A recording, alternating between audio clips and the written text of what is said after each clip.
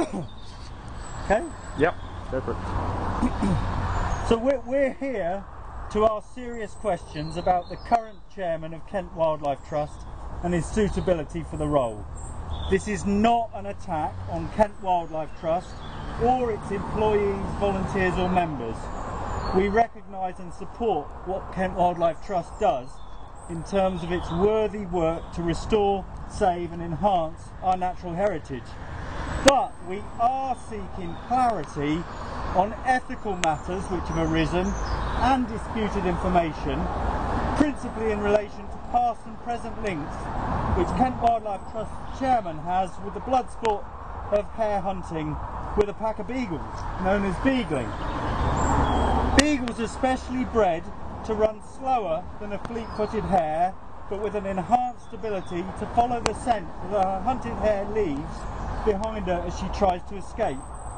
By working as a pack, under the guidance of a huntsman, his staff and hunt supporters who all keep watch from hilltops, field corners and through binoculars, the aim of the beagling game is to gradually tire the hare enough for the pack of dogs to pull her down and bite her to death. Beagles are famously independent hounds with great stamina. Some individuals in the pack will be especially good at following scent across plough or through woodland, or deciphering the sweet smell of hare amid the fumes of traffic which linger around country lanes. Beagling combines human and canine teamwork to find, hunt and catch hares.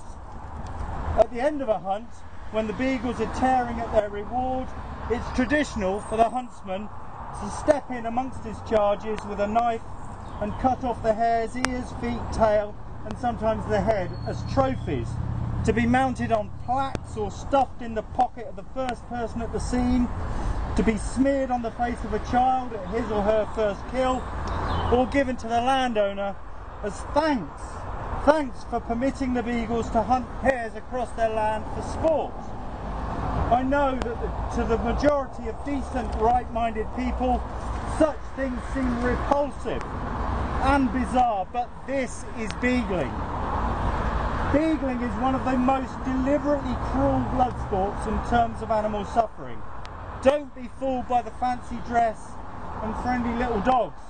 In favourable conditions and in the right mood to catch and chase hares, beagles are relentless. For the huntsmen and followers, 90 minutes from find to kill is considered perfect. While they will have been marvellously entertained, the quarry will be reduced to a stiff-legged, hunched, shattered shadow of her former self, and the beagles will relish their hard-earned prize at the bloody end. Hares have evolved to survive with short, sharp sprints, not endurance running. Beagling is the opposite of natural selection. We know that the current Kent Wildlife Trust chairman was huntsman of the Blean Beagles hunt for many years from 1971, and in 1991 he became a joint master. As huntsman, his aim would have been to help his dogs seek and destroy hares for the amusement of those who paid money to watch. As a joint master, his responsibilities would have included the day-to-day running of that hunt. Beagling seriously compromises the welfare of hares. Our democratically elected representatives have recognised this fact.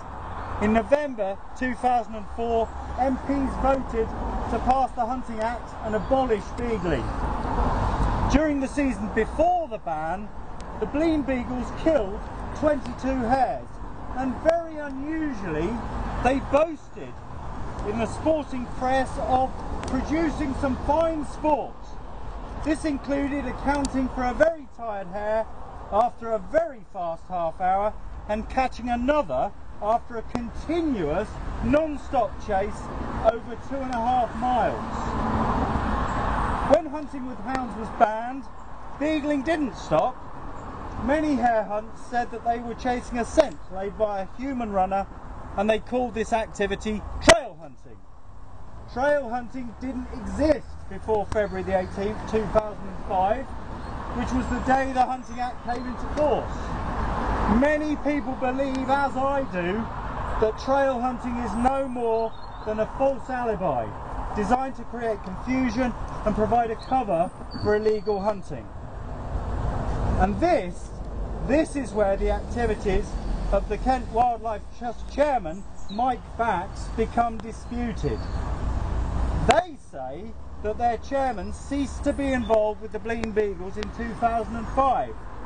I have a copy of Bailey's hunting directory dated 2006 to 2007. Bailey's has been the official go-to place for who's who in the hunting world since 1897. The 2006-7 edition clearly lists MWS Bax as joint master. Soon after that, Bailey ceased publishing hard copy and became only available by online subscription. In this electronic version, as recently as 2016, Michael W.S. Bax remained listed as a master of the Blean Beagles. His business partner, his current business partner, was listed as being the Blean Beagles huntsman since 2006. Additionally, that well-known weekly magazine, The Horse and Hound, named M. Bax as joint master in their 2013-14 hunting directory, and they have subsequently removed all names and details. So why is Kent Wildlife Trust insisting otherwise? Could it be that admitting their man has a penchant for hare hunting sits uncomfortably with their mission and values? Certainly pushing the limits of animal welfare legislation, possibly even being party to cynically subverting it, would be at odds with the roles and responsibilities of a former High Sheriff of Kent and a person sitting as chairman of Kent's Crime Rural Advisory Group. Of course, while the majority of people might not understand how anyone could enjoy partaking in blood sports, before the Hunting Act was passed, hunting hares was not a criminal activity. If the Blean Beagles are now hunting lawfully, in terms of Mike Bax's involvement, nobody could reasonably object. But this is the problem.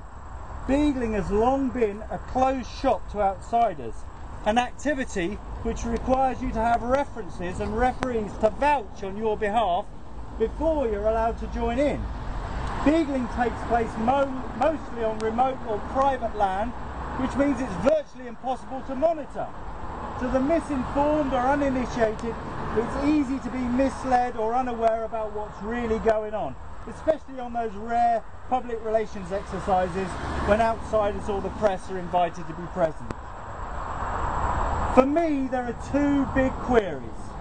First, why is the Kent Wildlife Trust insisting that their chairman has had no links with the Blean Beagles since 2005 in the face of compelling evidence to the contrary?